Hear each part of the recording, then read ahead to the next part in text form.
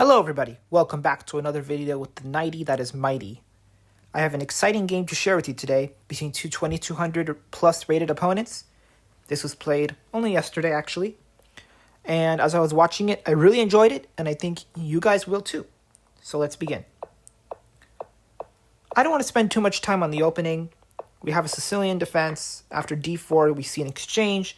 Pawn goes to e6, we see castle, bishop goes back, bishop comes out to g5. We see rook d1 attacking the weakness on d6. Queen b6, inaccuracy. Computer doesn't really like this. It says that you could exchange. And then the bishop goes back to e2. And then the knight doesn't belong on b6. It doesn't. It's not doing anything active. And it says the knight needs to go back to d7. So exchanging was better, not played. The bishop goes back to b3. We see black do the exchanging, and now the knight goes to c5 with tempo. Well, not tempo, but if you want to save your bishop, it's tempo. White didn't. He played rook e1. Exchange. Bishop d7. f4. Starting to launch an attack on the kingside / center. Maybe e5 is an idea at some point. For example, if b5, then e5. And already black is almost lost. We see an exchange, and this knight is being attacked. Already black's position is very bad. So we do not see b5. We see rook e8 defending his dark squared bishop. e5 is played. Exchange. Exchange. Exchange. Rook e3. Says, I'm ready to double up my rooks because I know you're ready to double up your rooks. That is what happens. We see rooks doubled up. Rook c8. Going forward to attack this backward pawn on c2. Defended immediately. You see the kings start to come out. And then b5. I want to draw some attention to this move because I believe b5 is not the best. And computer agrees. The reason I think computer says b5 is inaccurate is because it leaves this a6 pawn backward. And you have a bishop that can't really defend it yet. And the rook can immediately attack it. Play rook a1 and attack the pawn immediately. Not played though. b4 is played. Rook c4. Takes advantage of the spot that is open now that the pawn is no longer on b3. g3. Rook e8. Kind of calm play, knight maneuvers. And I like this part of the game. The knight maneuver to b3. Rook goes back to c6. Knight maneuvers to c5. Shuts the rook down. Also attacks the bishop. Also attacks the a6 pawn. Now the knight maneuvers to b7. Not the best move. I think also the knight belonged on c5. I don't know what white was trying to accomplish with knight b7. I guess to stop a5 from happening. Maybe they were scared if they did something like rook d3, then a5 could be a little scary. But I think they missed the fact that you can take on e6 with check.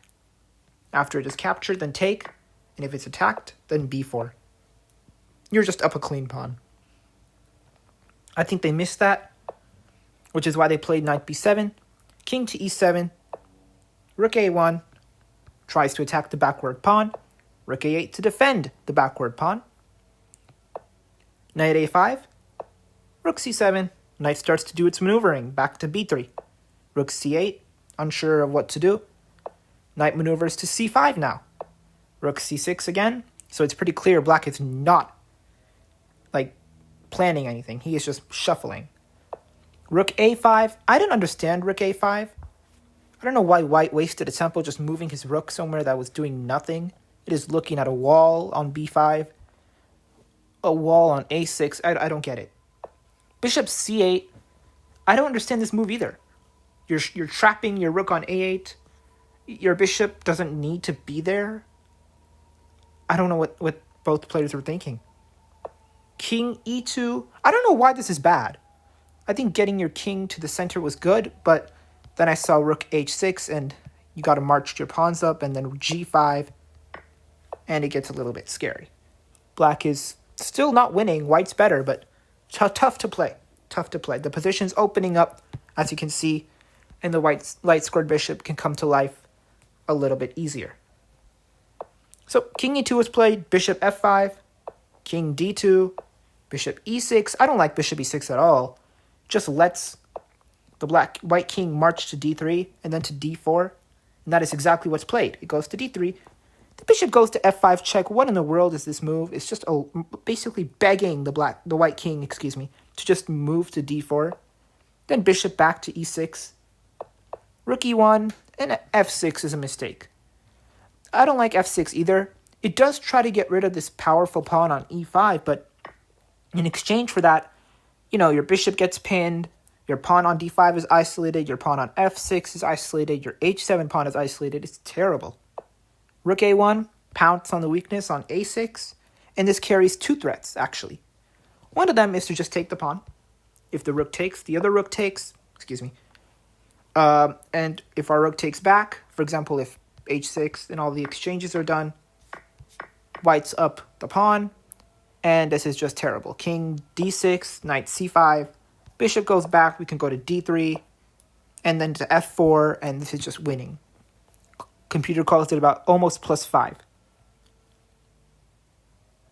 So from here it's played king d6, b3. You could have taken on b5 here. I think white just wanted to play solid. Bishop c8, now the rook takes on b5. You can't take back because then the rook's taken. And this is a backward pawn on b5, very weak, can be targeted straight away, and practically it needs to be defended by the king, and it's just not great. Again, computer calls it +5.2. So, king d6, b3, bishop c8, rook takes b5, rook a7, rook b8. Computer says this isn't accurate, but I don't understand why. I think it's because it says after rook e7, your rook on b8 is just not doing much. Maybe that's why. I don't know. I'm not really sure.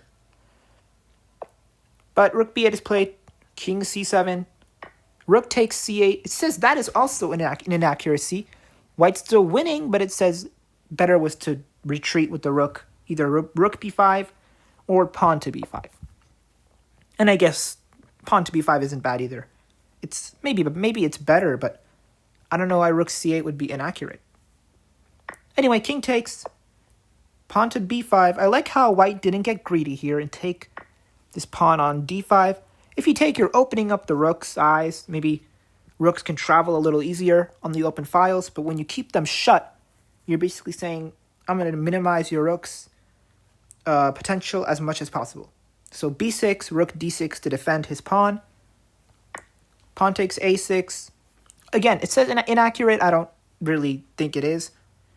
These pawns, the computer might say it's easy to play or easier to play with black, but these pawns look monstrous and scary. Two passed pawns, a knight and a rook and a king. It seems like a lot. From here, it's king c7, rook a5, king b6, b4, and then rook d8. A blunder. I don't know why the black pieces played rook d8. I just don't get it.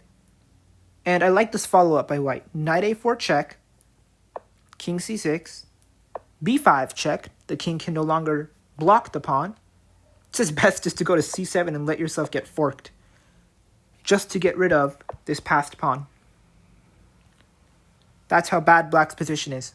Did not play that. Played king d6, b6, rook e7, and after rook takes d5 check, black just resigned. There's nothing else you can do. You go to c6, e6, doesn't matter. Whichever way you wish to perish, the rook will just take on d8, and black is going to cry. But I think it was a very great game, going all the way back to this one moment where this knight takes d5, and after the pawn takes, the bishop takes, and the rook takes. Even though it says it's equal, I like how white has the pawn on e5 pushing forward. These rooks are sitting behind the pawn, just looking at it. Difficult to play with black overall. And I like how white didn't overextend, stayed calm, and I enjoyed how the knight maneuvered to b3, to c5, then to b7, then to a5, then to b3, and then back to c5. I really liked that maneuver. I think it was a very smart idea. And all in all, I think it was a great game, and I thought you should all see it. Thank you for watching, everybody. Please let me know what you guys think in the comments below. Let me know also if you'd like to see any types of videos where I play blitz games or long games. Let me know what you guys would like to see overall. Thank you very much, everybody. Have a great day. Take care.